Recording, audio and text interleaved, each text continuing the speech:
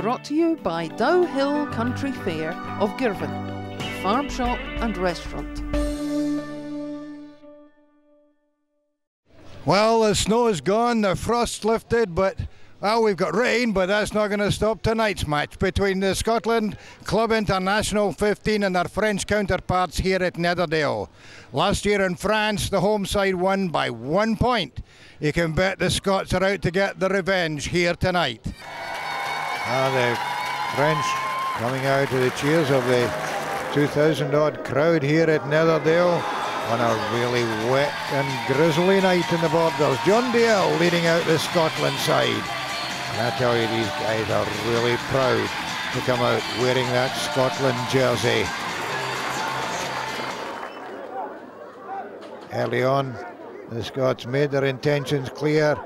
Scott White taking it from Rory Mackay out to Damien Kelly, and he put away Callum Anderson. Anderson scorching away down the wing. The Selkirk man bringing the crowd to their feet. Inside ball to Richard Snedden. Snedden still keeping it alive. Tidied up by Rory Mackay, but a knock on there. The French were prepared to move the ball around as well, but this effort by Simon Tartu wrapped up by the Scots defence, and they won the turnover. Scott Burnett up to Mark Cairns, and Cairns putting Callum Anderson away. Could he make it? Yes! Outpaces Fabrice Soldan to go in for the opening try for the Scots. They worked that one really well. Scott White, difficult conversion in the conditions, but straight through the middle. 7-0 to Scotland after 7 minutes. The French front five were giving the Scots a bit of a torrid time in the set piece, and from this one, referee Claire Garrin-Roberts spotted an offence, and up stepped Matthew Maillard, popped it straight through the posts to open the scoring for the French after 15 minutes. A terrific battle developing up front, and in the scrum the Scots starting to get the measure of the French, getting a wee bit of a nudge on, and Ross Weston thundering into the French defence, laying the ball back. Snedden, wee dip there, got it away though, and in beavering for that ball again. This time it's Mark Cairns keeping the momentum going, thrown down by Soldan. Weston picks up, ball goes loose, and penalty against the French for guddling on the ground. Scott White from nearly 40 metres, doing what he does so often for Melrose, putting the ball straight between the posts. But the French on the counter-attack. Terrific break there by Gregory Laverne. Gets away from Fraser Harkness. Chip across field. Simon Sartou on the end of it, but he clattered by Malcolm Clapperton. Ball goes loose, rescued by Fraser Harkness, and finally a wee bit of a juggle, but cleared downfield by Scott White. French inside the Scots half again. Ball out to Gregory Laverne. This time cuts inside, and a wee bit of juggling there, and great Scottish scrambling defence again. Ball up to Adrien Falliere, setting it up for Guillaume Dulé. Out to Casalot. The Scots giving the French absolutely no room at all. Pulling that one down quite legitimately. And from the scrum, Soldan holding that one at the back, popped out and intercepted by Richard Snedden, but back for the penalty. And Matthew Maillard, former Toulouse number 10, with the simplest of kicks to bring it back to 10 points to 6 going into half-time. And you can tell from that borderer with a brolly, it's still raining. Scrum Magazine. Subscribe online at scrummagazine.com. Brought to you by Dow Hill Country Fair of Girvan, farm shop and restaurant.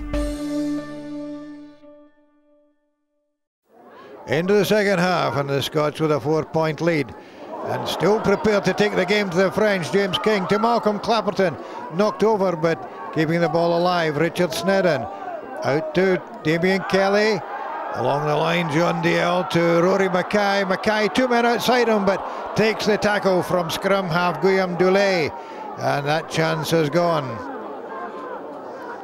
Fabrice Soldan asking the referee for a decision, not getting it. And Fraser Hartness playing scrum half. Scott White, James King, Callum Anderson, Malcolm Clapperton, Paul Burke outside him, taking that one, keeping the ball alive, back inside to King. And the Scots really showing a lot of discipline here, no daft handling. White again, this time to Gordon Reid, and the big prop bursting through, but that shows just how greasy the conditions are. Again, White setting it up this time for Paul Burke. Burke laying it back. John Dale in there. Richard Snedden. Out to Fraser Hartness. Trademark chip and chase, he's after it. Fraser Thompson's after it, but it's Anthony Frenet who gets the touchdown. A bit of a messy scrum there, picked up by Soldan at the back. Dupuis up to Frenet. And penalty to the French, not rolling away. And Matthew Maillard, that was a cracker of a kick as well, straight through the post. The margin back to 1 point. White's kick went backwards, but straight to Fraser Hartness.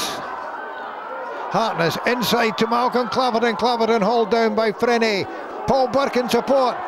On to Callum Anderson. Anderson spinning out of one tackle, pinned by the second one.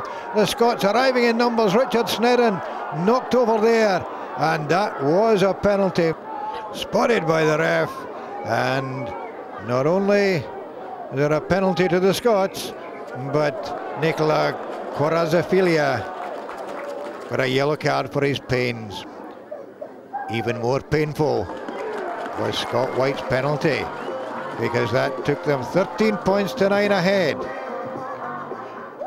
Into the last 5 minutes, the French threw everything at the Scots, but deep in injury time, this was looking like the build-up to the last play of the game.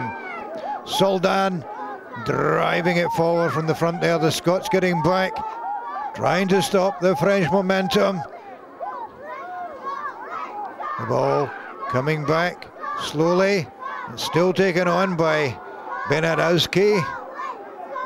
French going through the phases, determined not to be turned over. The ball whipped out to Maillard. Terrific tackle by Scott White and Paul Burke. Out to Frenet. Crunched there by James King and Scott White. The French still in possession though. Soldan, the old Montauban warhorse, keeping possession, keeping in control, driving it forward, joined in there by Stéphane Lassaise. The Scots down to 14 men, Paul Butt lying injured, the ball whipped out, Maillard out to Frenet, no, out to Clapperton, an interception, finally to Fraser Hartness, belted almost all the way back to Philip Haw. And the arms raised aloft as the referee's final whistle goes, and the Scots have won a famous victory. That was a real Scottish gutsy performance. You know, 1 point was enough for us tonight, although it was a bit nerve-wracking at the end, but it's all about results. You know, having a good performance. I thought we played exactly the way we wanted it in the first 20 minutes, and then we sort of lost our way a wee bit, let them back into the game. But the way they defended down in the bottom corner there in the last 5, you know, they really dug in, and you know, we even had Fraser Hartness filling in at wing forward to give us 8 forwards at that scrummage, and you know, that made all the difference. But you know, just real guts, and for difficult conditions. You've also got to remember these guys, you know, they've not played a lot of rugby in quite a long time, and you know, we've had difficult conditions to train in, but they were determined to get a home result, and any result against France is a bloody good one. A great win for Scotland against a very, very good French side. So they'll go off in a few weeks' time with confidence to take on the Irish at Donnybrook. This is Ron Evans for Scottish Rugby Television at Netherdale.